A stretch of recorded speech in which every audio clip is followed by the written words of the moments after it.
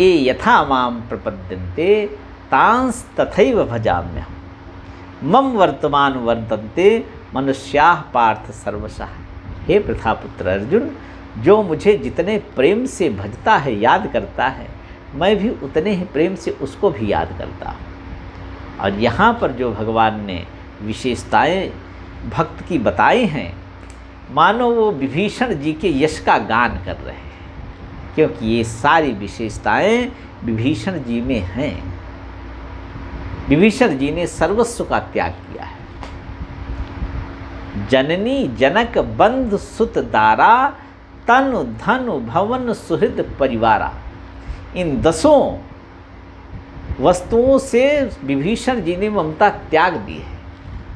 और मद मोह कपट छल, ये सब भी विभीषण जी के दूर हो गए हैं, क्योंकि विभीषण जी ने कहा, प्रभु उर्कछ प्रथम वासना रही, प्रभु पद प्रीति सरित सो बही। हे परमात्मा राम, हृदय में पहले वासना थी, लेकिन आपके चरणों का अनुराग प्राप्त होते ही वो कब गलकर निकल गई मुझे मालूम नहीं। भगवान श्री राम की ये बात जो है कि संसार में रहते हुए भी इन सबसे ममता दूर हो जाना, ये दुर्वासा और अम्बरीश जी के प्रसंग में देखने को मिलता है। जब अम्बरीश जी का दुर्वासा जी ने अनिष्ट करना चाहा, कृत्या उत्पन्न किया जो अम्बरीश को नष्ट कर दे, लेकिन अम्बरीश जी महाराज के चारों ओर सुदर्शन चक्र का पहरा था। सुदर्शन चक्र ने कृत्या को भी नष्ट कर दिया और दुर्वासा जी के पीछे पड़ गए। और दुर्वासा जी सब जगह गए, अंततः विष्णु भगवान की शरण में गए और बोले कि इस सुदर्शन चक्र को मेरे पीछे से हटा लो। भगवान ने कहा, जिसका अपराध किया है ये क्षमता तो उसी में है इस सुदर्शन चक्र को हटाने की। और भगवान ने वहाँ पर अम्बरीश जी के लिए जो बात कही है, भगवान ने कहा, ए दारागार पुत्राप्तान प्राणान वित्तमिमं परम हित्वा मां शरणं याता कथं तांस त्यक्तुमुत्सहे। हे दुर्वासा जी महाराज, ऐसा मेरा भक्त जिसने दारा, घर, पुत्र, यहाँ तक कि श्रेष्ठ जनों को भी अपना नहीं माना, अपना केवल माना तो मुझे माना, उनसे भी ममता नहीं, यहाँ तक कि प्राणों की भी जिनको ममता नहीं। ए दारागार पुत्राप्तान प्राणान वित्तमिमं परम, और संसार का जितना भी वैभव है उसके प्रति भी जिसमें ममता नहीं है, और यह लोक और परलोक की भी जिसको ममता नहीं है, ऐसे मेरे भक्त के लिए मैं कैसे उसका परित्याग कर दूं? मैं तो उसका पक्षपाती हूँ। और अम्बरीश जी के प्रकरण में अम्बरीश जी के पास ये सब वस्तु में उपलब्ध हैं, जो भगवान ने कहा है कि अम्बरीश जी ने इन सब वस्तुओं का परित्याग कर दिया है मेरे लिए। भौतिक दृष्टि से ये सारी वस्तुएं अम्बरीश जी के पास उपलब्ध हैं, लेकिन भगवान कह रहे हैं कि अम्बरीश जैसा परम विरक्त जो मेरे लिए इन सब का त्याग करता है, उसको मैं कैसे त्याग सकता हूँ। दुर्वासा जी विरक्त हैं और अम्बरीश जी गृहस्थ हैं, लेकिन अम्बरीश जी के लिए ये बात भगवान कह रहे हैं विरक्त दुर्वासा जी से। इसका तात्पर्य ये हुआ कि जो भगवान ने विभीषण जी से कहा, जननी जनक बंधु सुतदारा तनुधन भवन सुहृद परिवारा सबके ममता ताग बटोरी, बस इस सब में अम्बरीश जी रह रहे थे और शास्त्रानुकूल इनका उपभोग भी कर रहे थे, लेकिन भगवत आज्ञा समझकर, अपने लिए नहीं कर रहे थे। और भगवान यही कह रहे हैं, सबके ममता ताग बटोरी, मम पद मन ही बांध दो डोरी, समदर्शी इच्छा कछु नाहि। समदर्शी जो है और दूर दूर तक जिसकी सारी कामनाएं समाप्त हो गई हैं, हर शोक भय नहीं मन माही। ये सारी यश गाथा विभीषण जी की है, जो भगवान विभीषण जी के माध्यम से संसार को दिखाना चाहते हैं, बताना चाहते हैं कि विभीषण जी को मैंने अपनाया तो इनमें आखिर क्या क्या सद्गुण है। अस सज्जन मम उर बस कैसे, लोभी हृदय बसे धन जैसे। ऐसे सज्जन का स्थान मेरे हृदय में है, जिस तरह से लोभी धन के लिए निरंतर लालायित रहता है, उसी तरह से मैं ऐसे भक्त के लिए लालायित रहता हूँ। और भगवान ने ऐसा किया। जैसे एक देखा भगवान ने कि अस कह करत दंडवत देखा, तुरत उठे प्रभु हर्ष विशेखा। जैसे ही देखा कि विभीषण जी दंडवत कर रहे हैं, तुरंत उठे और हृदय से लगा लिया। अस कह कर दंडवत देखा, तुरंत उठे प्रभु हर्ष विशेखा। दीन वचन सुनि प्रभु मन भावा, भुज विशाल गहे हृदय लगावा। भीषण जी को विशाल भुजाओं में भरकर मेरे रघुनाथ जी ने हृदय से लगा लिया। मानो ये सिद्ध कर रहे हों कि जिस तरह से लोभी को उसका धन गिर जाए तो तुरंत उसको हृदय से लगा लेता है, उसी तरह से विभीषण मेरा धन है, मेरा सर्वस्व है, और वो पृथ्वी पर उनका स्थान नहीं है, उनका स्थान मेरे हृदय में है। और यही बात रघुनाथ जी यहाँ पर कह रहे हैं। अब इसके बाद में भगवान ने स्पष्ट कर दिया कि मैं जो यशगान कर रहा हूँ अपने भक्तों के लक्षणों का, वो विभीषण जी आपका ही यशोगान है। तुम सारिखे संत प्रिय मोरे। विभीषण जी को एक उदाहरण के रूप में स्थापित कर दिया। विभीषण जी, आप जैसा संत होना चाहिए, आप जैसे जो संत हैं वो मुझे प्रिय है। और कोई कहता है मेरे अवतार का कारण अमुक है, कोई कहता है मेरे अवतार का कारण अमुक है, लेकिन विभीषण जी वस्तुतः मेरे अवतार का कारण तो केवल एक ही है, आप जैसे संतों से मुलाकात हो जाए, आप जैसे संतों के दर्शन हो जाएं, इसलिए मैं अवतार धारण करता हूँ। तुम सारिखे संत प्रिय मोरे, धरो देह नहीं आन निहोरे।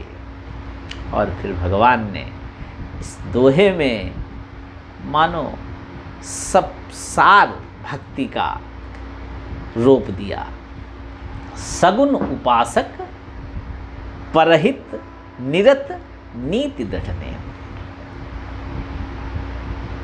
मेरे सगुण साकार स्वरूप की उपासना करने वाले जो हैं, उनमें एक लक्षण होता है विभीषण जी, वो दूसरे के हित में ही निरंतर रत रहते हैं, क्योंकि उनका तो हित हो गया। राम भगत परहित निरत, पर दुख दुखी दयाल। भगवान श्री राम के जो भक्त हैं, वो इंद्र जी से बृहस्पति जी ने कहा है कि राम भगत परहित निरत, पर दुख दुखी दयाल। और भगवान यहाँ पर कह रहे हैं कि सगुन उपासक परहित निरत नीति दृढ़ नेम। निरंतर मेरे भक्त दूसरे का उपकार करने के लिए सोचते हैं और करते भी हैं। और नीति जो शास्त्रों में बताई गई है रहनी, उस रहनी में दृढ़ता पूर्वक रहते हैं। ते नर प्राण समान मम, जिनके द्विज पद प्रेम। और जिनके मन में द्विज जो ब्राह्मण हैं, जिन्होंने शास्त्र के अनुसार अपने जीवन को पूरी तरह से कस लिया है, ऐसे ब्राह्मणों के प्रति जिनके मन में श्रद्धा है, अनुराग है, ऐसे भक्तजन मेरे हृदय में निवास करते हैं, और निवास ही नहीं करते, वो मेरे लिए प्राणों के समान प्रिय है। ते नर प्राण समान मम, जिनके द्विज पद प्रेम। और विभीषण जी से कहने लगे, सुन लंकेश। अब यहाँ पर भगवान राम ने विभीषण जी को दोबारा फिर लंकेश कहा। प्रथम जब आए थे विभीषण जी, तो विभीषण जी से मिलकर जब समाचार पूछने लगे भगवान, तो भगवान ने सबसे पहले कहा विभीषण जी को, कहो लंकेश सहित परिवारा। अब दोबारा फिर कह रहे हैं, सुन लंकेश सकल गुण तोरे। हे लंका के राजा, जो भक्तों के लक्षण मैंने बताए हैं, ये सारे के सारे गुण आप में उपलब्ध हैं, और ताते तुम अतिशय प्रिय मोरे, इसलिए तुम मुझे अतिशय प्रिय हो। और अतिशय और कौन प्रिय है?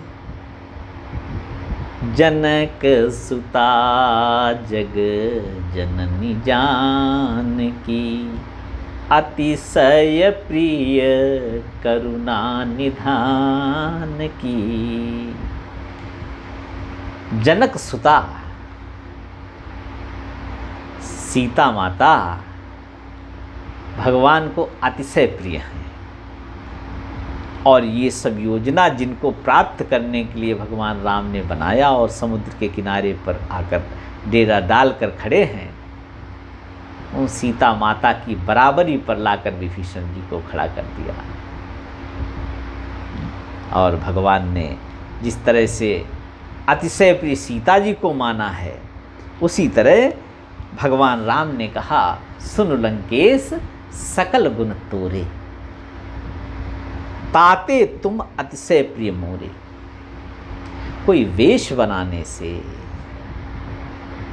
कोई बहुत बड़ा आडंबर रचने से, या आश्रम बना लेने से, ये सब होना ठीक है, लेकिन इसके पीछे ये सद्गुण विराजमान रहना अति आवश्यक है। और ऐसे संत आज भी हैं कि आश्रम बने हुए हैं, इतने उनके भक्त हैं, यशगान गाते रहते हैं, लेकिन उनको इस किसी वस्तु से, किसी यश से, किसी आश्रम से तटस्थ होकर सारा कार्य कर रहे हैं, और उनके हृदय में अनुराग केवल भगवान के प्रति है।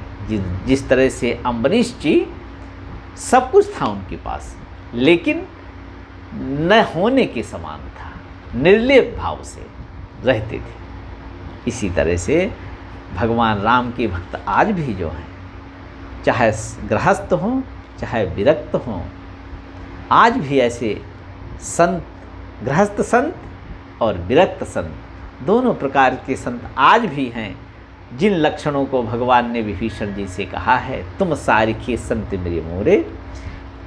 तो विभीषण जी के सारिखे संत आज भी हैं, और भगवान उनसे उतने प्रेम करते हैं जिस तरह से विभीषण जी से करते थे, अतिशय प्रिय।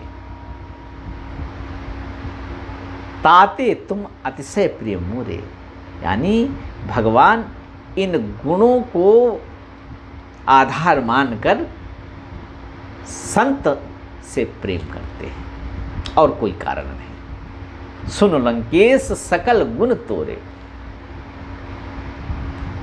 ताते तुम अतिशय प्रिय मोरे। और राम वचन सुनि बानर जूथा, सकल कहां जय कृपा बरूथा। भगवान राम की ये बात सुनकर वहाँ पर जितने बानर थे, भालू थे, वो सब भगवान राम की जय जयकार करने लगे। अब सोचो, कितने वानर थे वहाँ पर। भगवान शंकर कहते हैं कि जो वानर और भालुओं की संख्या की गणना करे वो तो मूर्ख ही है, क्योंकि अगणित थे वानर, उनकी संख्या का कोई था नहीं है। वानर कटक उमा में देखा, सो मूर्ख जो करन चह लेखा। और इतने वानर भालू एक साथ जब जय जयकार करने लगे भगवान राम की, तो धरती और आकाश भगवान राम के जय जयकार से गूंज उठा। राम बचन सुनि बानर जूथा, सकल कहीं जय कृपा बरूथा। और कृपा के समूह, कृपा के पुंज भगवान श्री राम की जय जयकार हो का नारा उद्घोष गूंज उठा। विभीषण जी ने जब ये सुना, सुनत विभीषण प्रभु कै बानी। भगवान ने जब ये कहा कि विभीषण जी आप में सारे लक्षण उपस्थित हैं, तो सुनत विभीषण प्रभु कै बानी, नहीं अघात श्रवणामृत जानी। भगवान ने ये कहा कि तुम मुझे अतिशय प्रिय हो। ये सुनकर विभीषण जी को इतना अच्छा लगा कि इसका वर्णन नहीं किया जा सकता है। अब विभीषण जी बार बार भगवान की चरण पकड़ रहे हैं। यहाँ पर गोस्वामी जी लिखते हैं, पद अम्बुज गहि बारह बारा, अर्थात एक बार चरण पकड़े तो भगवान ने उनको उठाकर हृदय से लगा लिया। विभीषण जी ने दोबारा फिर चरण पकड़े। इस तरह से ये क्रम बहुत बार चला। इसलिए गोस्वामी जी लिखते हैं, पद अम्बुज गहि बारह बारा, हृदय समात न प्रेम अपारा।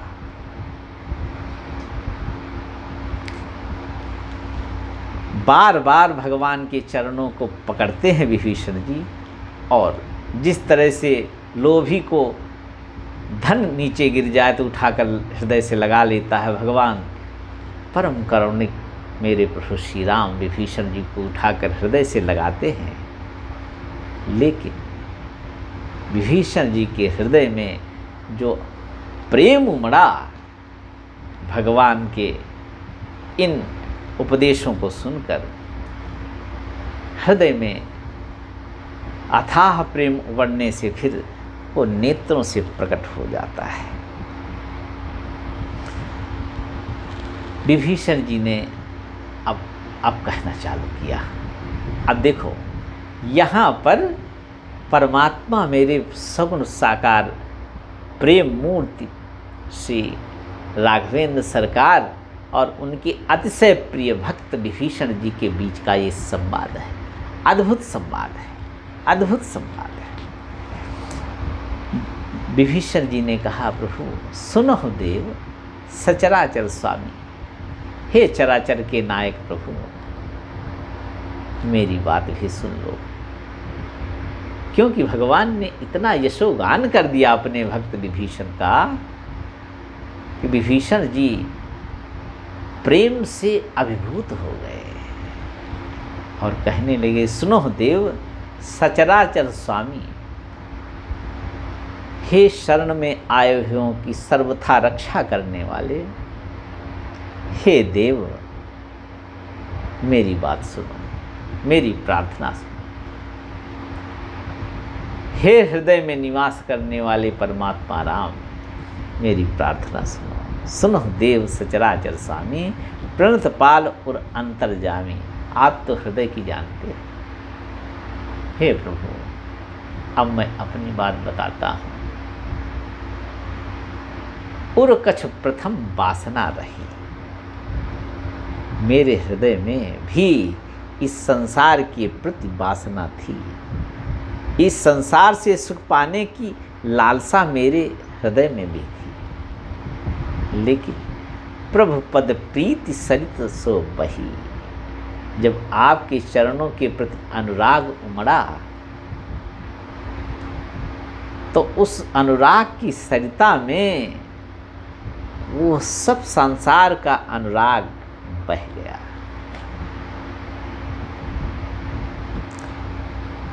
और भगवान श्री राम ने बार बार लंकेश कहा, इससे विभीषण जी असहज अनुभव कर रहे हैं कि अरे, भगवान ने मुझे लंका का राजा घोषित कर दिया, यहाँ तक कि अपना मित्र कह दिया, लेकिन अभी जो देना है वो तो मिला ही नहीं। प्रभु कह देन सकल सुख सही, भगति आपनी देन न कही। कागभूषण जी ने कहा है, और यही विभीषण जी सोच रहे हैं कि मुझे लंका का राजा घोषित कर दिया, अरे एक और बवाल पीछे डाल दिया। उर कछ बथम वासना रही, प्रभु प्रीति सरित सो वही। अब तो वासना रही नहीं गई और भगवान मुझे 2 बार लंकेश कह चुके। भगवान से विभीषण जी ने फिर मांग ही लिया, जिसके लिए ये जीवन नर्तन मिला है, उस अमूल निधि को भगवान से मांग लिया। अब कृपालु निज भगति पावनी। हे प्रभु, हे कृपालु। अब यहाँ पर भगवान को कृपालु इसलिए कहा विभीषण जी ने, क्योंकि भक्ति तो भगवान की कृपा से ही प्राप्त होती है। भक्ति किसी साधन या पुरुषार्थ से मिल ही नहीं सकती है। जो ये विवेक हो जाए कि सच्चा मेरा साथी तो मेरा राम ही है, तो भगवान से अनुराग हो जाएगा। उमा राम स्वभाव जह जाना, ताहि भजन तज भाव न आना। भगवान शंकर कह रहे हैं, पार्वती जी, जो भगवान राम का स्वभाव जान कर आया, उसको भजन के अतिरिक्त कुछ भाता ही नहीं, क्योंकि अब रघुनाथ जी जाने। इसलिए विभीषण जी ने कहा, अब कृपालु निज भगति पावनी। हे कृपालु, अपनी भक्ति दे दो जो अत्यंत पवित्र है और जो भगवान शंकर के मन को भाती है, वो भक्ति चाहिए। और ये भक्ति तो कृपा के परवश है। लभ्यते तत्कृपयो भगवत कृपा ले साधवा। या महापुरुष कृपा कर दें, यत्किंचित गुरुदेव कृपा कर दें, तो भगवान के प्रति अनुराग हो जाता है। और जो भगवान कृपा कर दें, भगवत कृपा ले साधवा, भगवान की कृपा के लेश मात्र से भगवान के चरणों में अनुराग हो जाता है। भगवान श्री कृष्ण ने रणभूमि में विषादग्रस्त अर्जुन को पूरी गीता सुना दी और पहले उपदेश प्रारंभ किया अर्जुन ने। भगवान को समझाने लगे, अहो बत महत् पापम कर्तुम व्यवसिता वयम यद राज्य सुख लोभेन हंतुम स्वजनमुद्दिता। देखो, पूरी गीता सुनाने के बाद में भी अर्जुन ने ये नहीं कहा कि अब मुझे ज्ञान हो गया है, क्योंकि ये विवेक तो भगवान की कृपा से ही मिलता है। भगवान कृपा जब तक नहीं करेंगे तब तक बस भजन करते रहना, सीताराम सीताराम सीताराम सीताराम करते रहना है। भगवान एक दिन कृपा करेंगे ही। जब तक शरीर में प्राण है तब तक सीताराम सीताराम नाम जप करते रहना है। कबहों के दीनानाथ के भनक परे कान।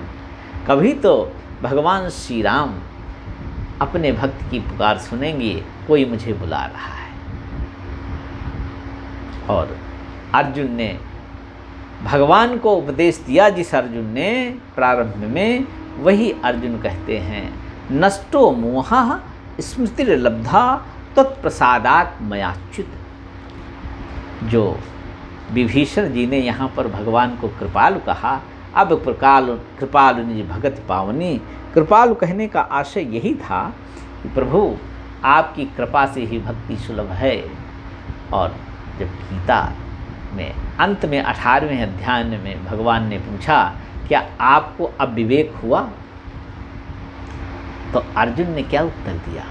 नष्टो मोहः स्मृतिर्लब्धा तत्प्रसादात्मयाच्युत। हे अच्युत गोविंद, आपकी कृपा से मुझे विवेक हो गया है। गीता सुनकर समझकर विवेक नहीं हुआ है,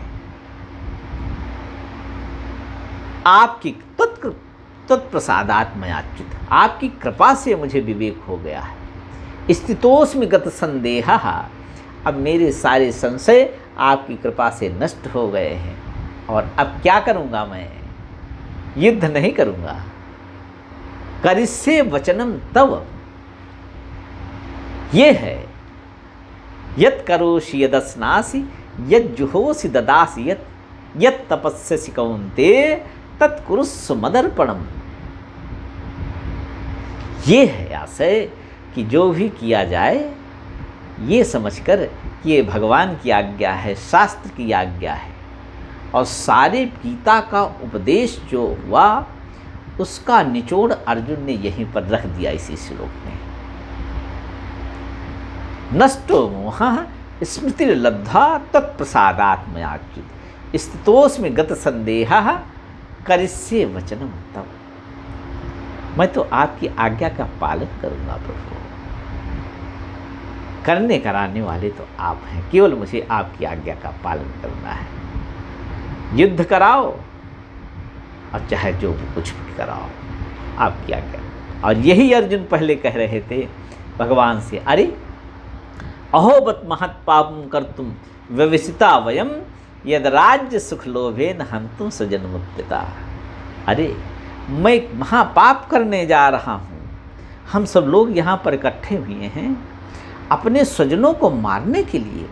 और इसका लक्ष्य ये है कि राज्य के सुख के भोग के लिए। अर्थात अर्जुन का लक्ष्य क्या था कि इस युद्ध का उद्देश्य है कि राज्य सुख भोगना, राज्य पाना। लेकिन अब अर्जुन का वही युद्ध करेंगे, लेकिन केवल सोच बदल गई। सोच क्या बदल गई? ये शास्त्र की आज्ञा है और शास्त्र की आज्ञा ही भगवत आज्ञा है, इसलिए क्षत्रियोचित धर्म जो मेरे सामने उपस्थित हुआ है इसको करना मेरे लिए भगवत आज्ञा है। इसे मैं राज्य सुख के लोभ से नहीं कर रहा हूँ, ये शास्त्र आज्ञा समझकर कर रहा हूँ। यही है निर्लिप्तता, यही है भगवत अर्पण बुद्धि से कर्म करना। और विभीषण जी यहाँ पर कृपालु इसीलिए कह रहे हैं कि हे कृपा निधान, आपकी कृपा के बिना भक्ति किसी को मिल नहीं सकती है। ऐसा कोई साधन नहीं जिसके बल पर भगवान की भक्ति प्राप्त हो जाए। भगवान जब कृपा करेंगे तब भक्ति दे देंगे। वो केवल लगे रहना है निरंतर, राम राम करते रहो जब लगी तन में प्राण, कबहों के दीनानाथ के भनक पड़ेगी कान। कृपालु शब्द का यही तात्पर्य है। और ये कृपालु शब्द का अर्थ जिसने समझ लिया वो भजन करते करते करते करते बस कृपा की परीक्षा, कृपा की प्रतीक्षा वाट जोहता रहेगा। और एक दिन कृपा हो ही जाएगी, पुरुषार्थ से कुछ नहीं होगा। जब सुग्रीव ने अपने राज्य कार्य में बहुत दिन बाद मिले हुए पत्नी और राज्य के सुख में डूब गए, और जब लक्ष्मण जी गए और लक्ष्मण जी के साथ सुग्रीव आए भगवान राम के पास में, तो भगवान राम के पास में हर्ष चले सुग्रीव तब अंगदात कब साथ, रामानुज आगे कर आए जहाँ रघुनाथ। भगवान राम कुछ नहीं बोले, तो सुग्रीव जी समझ गए कि भगवान राम मुझसे थोड़ा रुष्ट हैं। चरण नाय सिर कह कर जोरी, नाथ मोरी कछु नाहिन खोरी। हे प्रभु मेरा कोई दोष नहीं, आप मुझ पर रुष्ट मत हो। अरे आश्चर्य, लक्ष्मण जी ने कहा फिर किसका दोष है? भगवान से सुग्रीव ने कहा, अतिशय प्रबल देव तुम माया, छूट ही राम करह जो दाया। और जितने गुण भगवान ने बताए हैं ना कि मेरे भक्त के पास ये गुण हो तो मैं उसे प्रेम करता हूँ, ये गुण प्रारंभ में नहीं आएंगे, भगवत कृपा से ही ये गुण आएंगे। केवल हमको सीताराम सीताराम करते रहना। इससे एक दिन ऐसा होगा कि हृदय का मल निकल जाएगा और फिर धीरे धीरे निर्मल मन में ये सद्गुण अपने आप विराजमान हो जाएंगे, जिन सद्गुणों के कारण भगवान विभीषण से कह रहे हैं ताते तुम अतिशय प्रेम हो रहे। ये सारे गुण विभीषण जो मैंने कहा है वो सब आप में है, इसलिए आप अतिशय प्रिय हो। और सुग्रीव ने भगवान राम से कहा, यह गुण साधन ते नहीं होई, तुम्हारी कृपा पाव कोई कोई। जब भगवान रघुनाथ जी कृपा करते हैं तो ये गुण उसमें प्रकट हो जाते हैं। हमको फिर क्या करना है? हमको केवल संतों की शरण ग्रहण करनी है जो प्रत्यक्ष भगवत स्वरूप है, और दूसरा काम करना है सीताराम सीताराम सीताराम सीताराम। दूसरा काम ये करना है। विभीषण जी ने सोचा, 2 बार लंकेश कह चुके भगवान राम, आखिर भगवान राम लंका का राजा मुझे क्यों कह रहे हैं, इस पचड़े में क्यों डाल रहे हैं? इसलिए प्रभु कह देन सकल सुख सही, भगति आपनी देन न कही। और विभीषण जी ने कहा, अब कृपालु निज भगति पावनी, देव सदा शिव मन भावनी। भगवान राम से भक्ति मांग लिया और भगवान ने देर नहीं किया भक्ति देने में, क्योंकि वो तो विभीषण जी के पास पहले से है। एवं मस्तु कही पुण्य रणधीरा, मांगा तुरत सिंधु कर नीरा।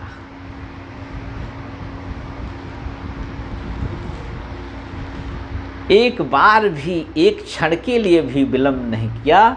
जैसे ही विभीषण ने कहा प्रभु अपनी भक्ति दो, भगवान ने कहा एवं मस्तु। लेकिन इतनी जल्दी में है विभीषण जी को लंका का राजा बनाने के लिए कि बोले, अरे दौड़ो समुद्र का जल जल्दी से ले आओ, मांगा तुरंत सिंधु कर नीरा। और भगवान ने अब तिबारा विभीषण जी को अपना मित्र कहा, यद्यपि सखा तब इच्छा नहीं।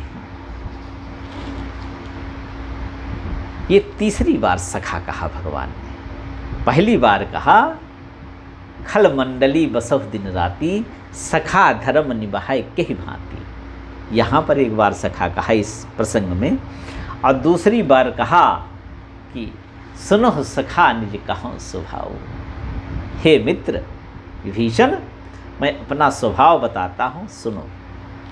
और तिबारा फिर प्रभु श्री राम ने यहाँ पर विभीषण जी को मित्र कहा, यद्यपि सखा तब इच्छा नहीं। यद्यपि मेरे मित्र आप निष्काम हो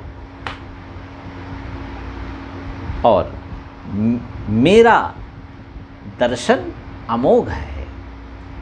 मेरा दर्शन कि किस तरह अमोघ है? मम दर्शन फल परम अनुपा, जीव पाओ निज सहज स्वरूपा। और जब जीव को अपना स्वरूप अर्थात भगवत स्वरूप हो गया वो, तो अनंत सागर की गहराई जिस तरह होती है उस तरह से अखंड ब्रह्मांड नायक के साथ एकीकार हो गए। तो अब मांगेगा क्या? लंका को अगर चाहेंगे विभीषण जी तो ये बहुत छोटी वस्तु है। जिस तरह से अथाह समुद्र एक गिलास पानी मांगे तो हास्यास्पद है। इसी तरह से भगवान के प्रति अनन्य भाव जिसमें आ गया वो इतना वैभवशाली है कि उसके लिए लंका का राजा होना बहुत छोटी बात है। इसलिए भगवान ने कहा यद्यपि सखा तब इच्छा नहीं। अब तीसरी बार मित्र कहकर संबोधित करने का तात्पर्य है कि मैं सत्य कहता हूँ, सत्य कहता हूँ, सत्य कहता हूँ, आप मेरे मित्र हो। ये मत समझना कि लंका का राजा बनने से हमारी तुम्हारी मित्रता में थोड़ी भी खोट आ जाएगी। यद्यपि सखा तब इच्छा नाही, मोर दरस अमोघ जग माही। और ऐसा कहकर भगवान राम ने अपने हाथों से विभीषण को लंका का राजा घोषित कर दिया। अस कहि राम तिलक तिह सारा, सुमन वृष्टि नभ भई अपारा। देवताओं ने आकाश में ये दृश्य देखा। जब आकाश में उपस्थित देवताओं ने भगवान के ऊपर और विभीषण जी के ऊपर पुष्पों की वर्षा की। चलो भगवान सत्य संकल्प हैं और भगवान ने विभीषण को लंका का राजा घोषित कर दिया। अब रावण का मरना निश्चित है। अस कहि राम तिलक तिह सारा, सुमन वृष्टि नभ भई अपारा। रावण क्रोध अनल निज, श्वास समीर प्रचंड। जरत विभीषण राख्यो, दीन्यो राज अखंड। श्री राम जी ने रावण के क्रोध रूपी अग्नि में जो अपने श्वास रूपी पवन से प्रचंड हो रही थी, जलते हुए विभीषण को बचा लिया। रावण क्रोध अनल, रावण की जो क्रोध की अग्नि थी उसके भय से विभीषण की जो श्वास चल रही थी वो पवन उस रावण की जो क्रोधाग्नि थी उससे विभीषण को जला सकती थी। लेकिन भगवान शंकर कहते हैं कि परम कृपाल मेरे रघुनाथ जी ने उस चलते हुए शरणागताए विभीषण को अत्यंत शीतलता प्रदान की, सब तरह से निर्भय बना दिया और लंका का अखंड राज्य दे दिया। जिस लंकेश ने क्रोध करके लात मारकर विभीषण जी को भगाया था, उसी लंकेश को अपदस्थ कर दिया भगवान श्री राम ने। जरत विभीषण राख्यो, दीन्यो राज अखंड। और भगवान राम ने कहा है, ये प्रतिज्ञा की है और ये प्रतिज्ञा हम वैष्णवों में बहुत ही यश गाथा है भगवान राम की ये प्रतिज्ञा। भगवान राम ने जब सबसे पूछा कि विभीषण आए हैं जो लंका से अपने 4 मंत्रियों के साथ में और साथ में अस्त्र शस्त्रों से भी सुसज्जित हैं सब लोग, इनका क्या किया जाए? तो सुग्रीव जी ने कहा, राखिए बांध मोहि असभावा। मुझे तो लगता है इसको बंधक बना लेना चाहिए। और श्रीमद् वाल्मीकि रामायण में ये लिखा है कि किसी ने भी ये अनुमोदन नहीं किया कि विभीषण जी को शरण में लिया जाए सम्मानपूर्वक, केवल एक को छोड़कर।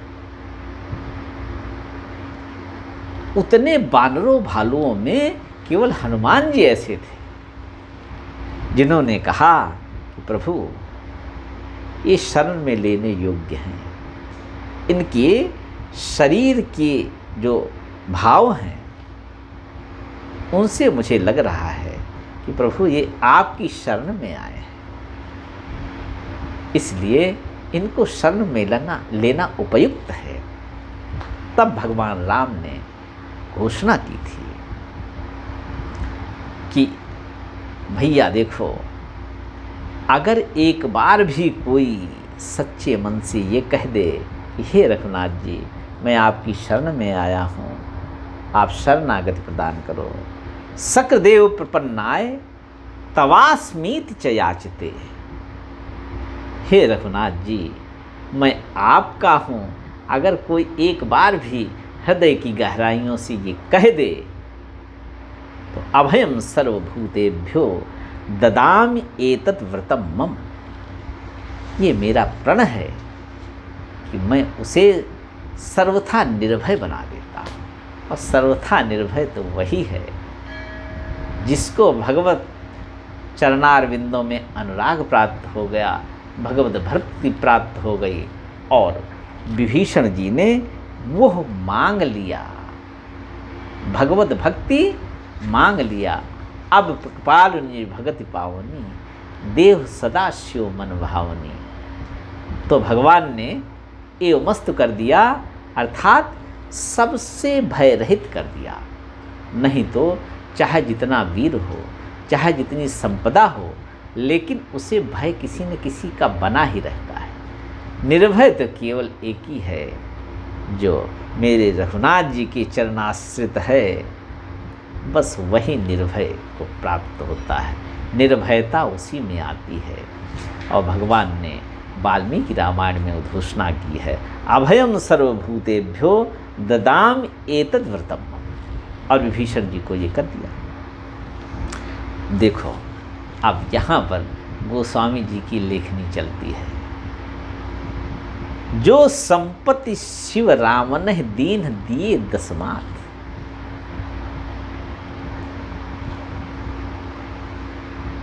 भगवान शंकर ने वो संपदा लंका का राजा रावण को बनाया प्रसन्न होकर, क्योंकि रावण ने अपने 10 शीश भगवान शंकर को अर्पित कर दिए थे। और रावण जानता था कि 10 शीश अर्पित करने पर मैं अमर हूँ, नाभिकुंड में पीयूष है, अमृत है, इसलिए मेरे शीश फिर उसी तरह निकल आएंगे। इसलिए रावण ने 10 शीश भगवान शंकर को चढ़ा दिए। भगवान शंकर ने प्रसन्न होकर इतना वैभव प्रदान कर दिया। लेकिन विभीषण ने क्या किया? विभीषण ने तो अपना सर्वस्व भगवान श्री राम के चरणों में अर्पित कर दिया। भगवान के अनुराग में विभीषण जी ने पूरे संसार का मन से दूर दूर तक परित्याग कर दिया। तो गोस्वामी जी लिखते हैं, सोई संपदा विभीषण ही सकुच दीन रघुनाथ। रघुजान जी ने सोचा कि रावण के 10 सिर विभीषण की इस अनुराग की तुलना कर सकते हैं क्या?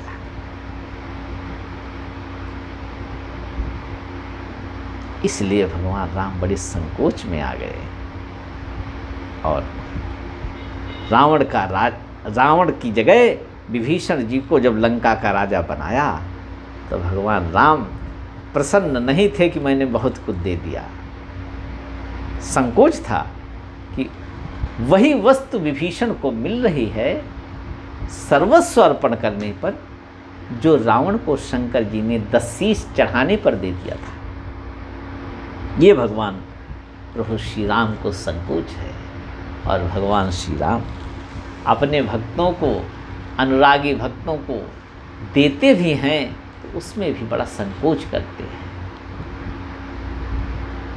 इसलिए शरण लेने योग्य तो केवल मेरे रघुनाथ जी ही हैं। क्यों? अस स्वभाव कहो सुनो न देखो, के ही खगेश रघुपति समलेखो। सियावर रामचंद्र भगवान की जय। लोकाभिरामम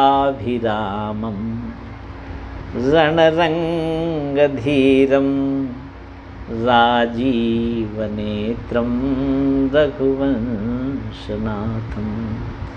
कारुण्यरूपम करुणाकरंतम श्रीरामचन्द्रं शरणं प्रपद्ये। सियावर रामचंद्र भगवान की जय।